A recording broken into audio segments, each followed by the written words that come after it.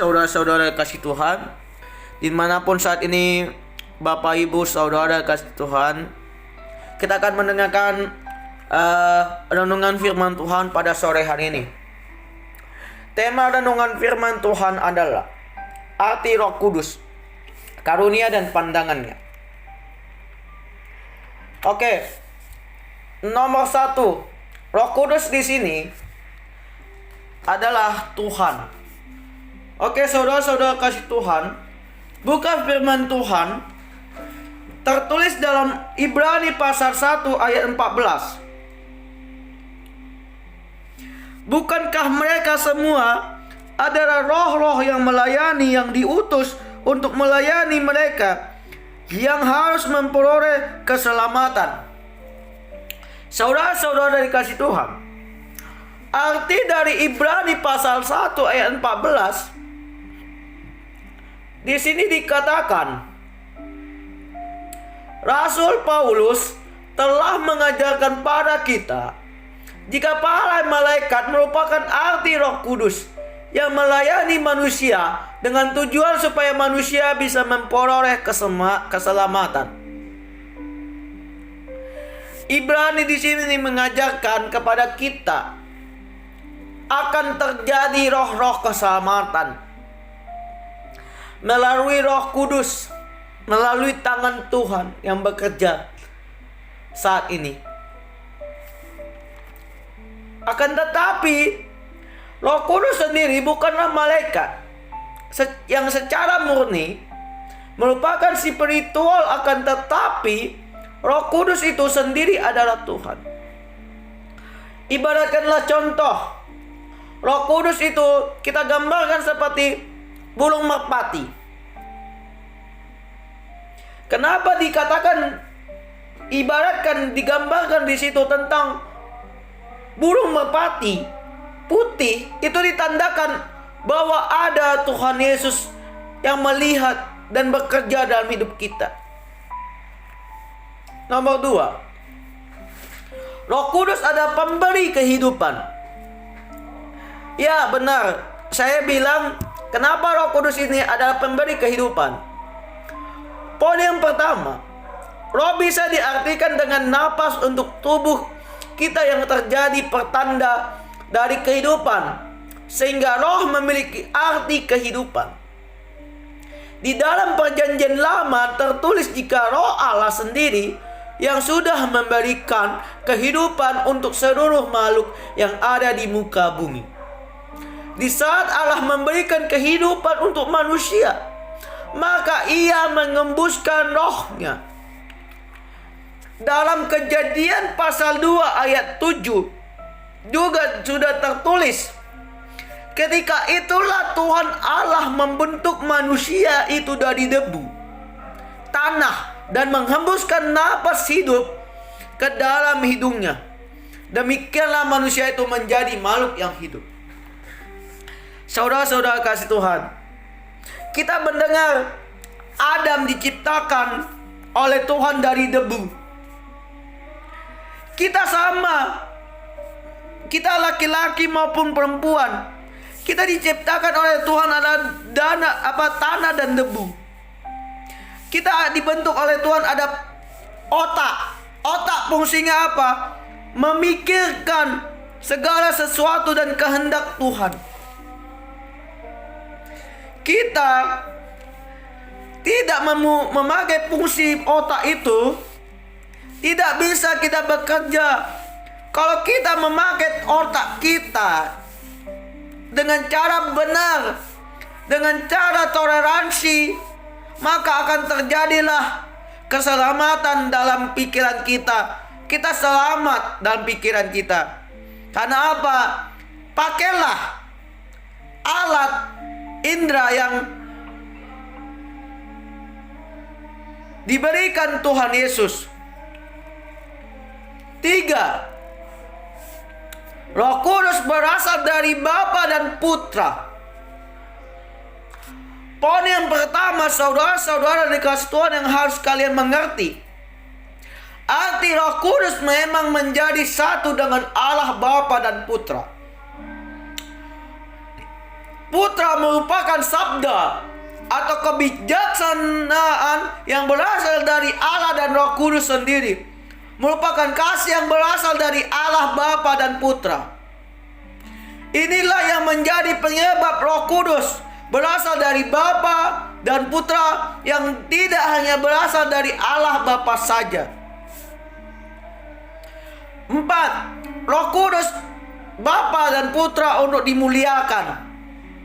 Oleh karena Roh Kudus sehakikat dengan Allah dan Putra, Anak sudah sepantasnya jika Roh Kudus serta dua pribadi lainnya untuk dimuliakan dan disembah. Yesus juga sudah memberi pengajaran pada kita jika ketiga pribadi Allah tersebut sudah terikat dalam sebuah kesatuan, yakni Tritunggal.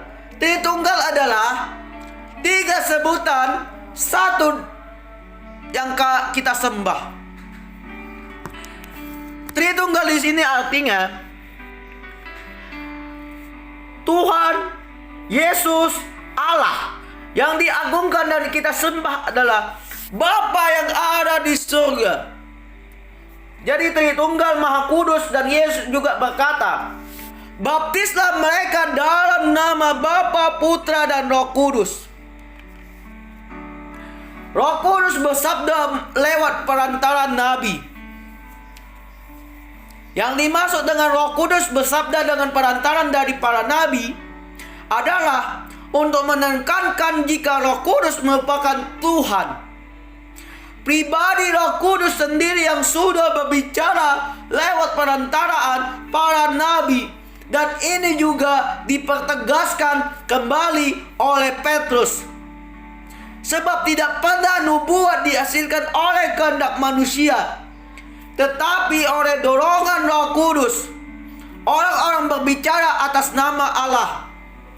Bukan firman Tuhan, saudara-saudara kasih Tuhan, 2 Petrus pasal 1 ayat yang ke-21.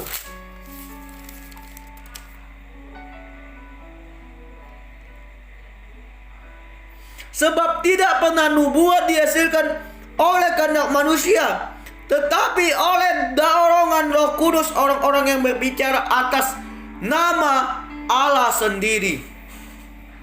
Itu saudara-saudara kasih Tuhan.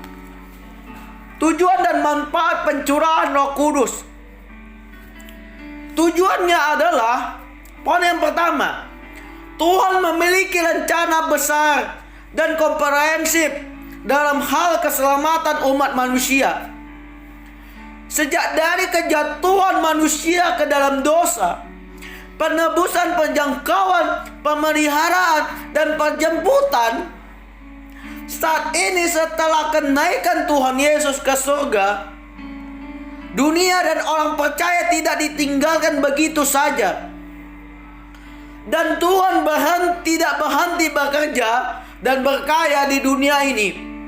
Bahkan sebaliknya, Tuhan melanjutkan karya yang telah digenapi sebelumnya dengan memberikan Roh Kudus-Nya. Poin yang kedua, Roh Kudus yang dicurahkan ke dunia dan dalam hidup orang yang telah percaya dan menerima Yesus ini mempunyai misi sebagai berikut. Kita sebagai orang yang percaya, orang yang mempunyai Roh Kudus, kita memiliki misi, visi untuk memberi pemberkatan setiap manusia. Saudara-saudara kasih Tuhan, misi-misi kita sebagai orang yang percaya yang memakai Roh Kudus. 1.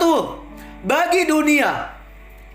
Poin yang pertama, masih ada pribadi Tuhan yang bekerja. Yohanes pasal 6 ayat yang ke-8 sampai yang ke-10. Beginilah firman Tuhan bersabda kepada kita. Dan kalau Ia datang, Ia akan menginsapkan dunia akan dosa, kebenaran, dan penghakiman akan dosa, karena mereka tetap tidak percaya kepadaku. Akan kebenaran, karena aku pergi kepada Bapa dan kamu tidak melihat aku lagi. Nomor 2, menyaksikan Tuhan Yesus. dalam firman Tuhan Yohanes pasal 15 ayat yang ke-26. Beginilah suara Injil Kristus yang kita rasakan. Jika kalau penghibur yang akan dikuutus dari Bapa datang, yaitu roh kebenaran yang keluar dari Bapa, ia akan bersaksi tentang aku. B. Bagi orang yang percaya.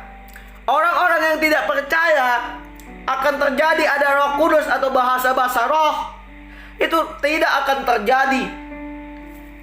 Nomor 2, poin yang pertama, mengetahui dan tinggal. Baca firman Tuhan 1 Korintus pasal 6 ayat yang ke-19. Beginilah firman Tuhan mengatakan kepada kita sebagai manusia yang berdosa.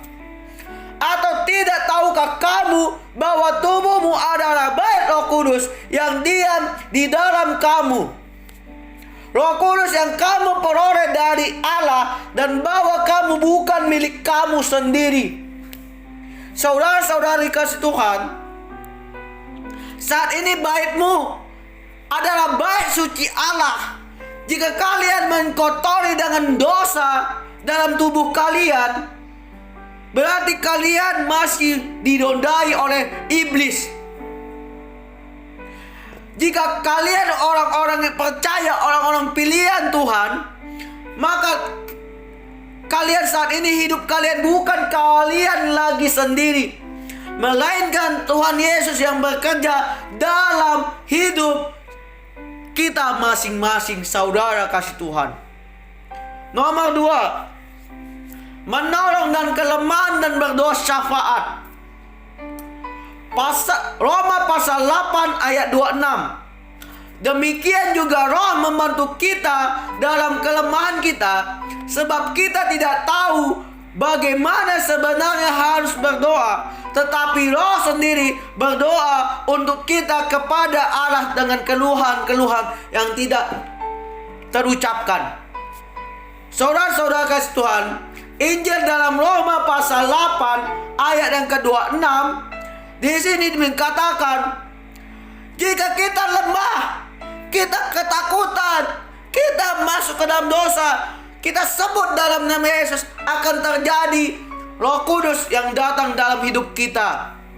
Kalau kita orang-orang yang percaya, orang-orang pilihan Tuhan Yesus, yang saat ini Tuhan pakai kita sebagai anaknya untuk memberikan Injil Kristus. Begitulah firman Tuhan pada malam hari ini. Mari kita berdoa. Ya Allah Bapa yang ada di surga, Bapa, terima kasih atas segala firman Tuhan pada malam hari ini. Kiranya Tuhan menjadi berkat dalam hidup mereka. Biarlah Roh Kudus bekerja dalam hidup mereka. Saat ini mereka sedih Tuhan, saat ini mereka takut dalam permasalahan menghadapi masalah ini Tuhan. Engkau menjaga, Engkau lawan. Haleluya, amin.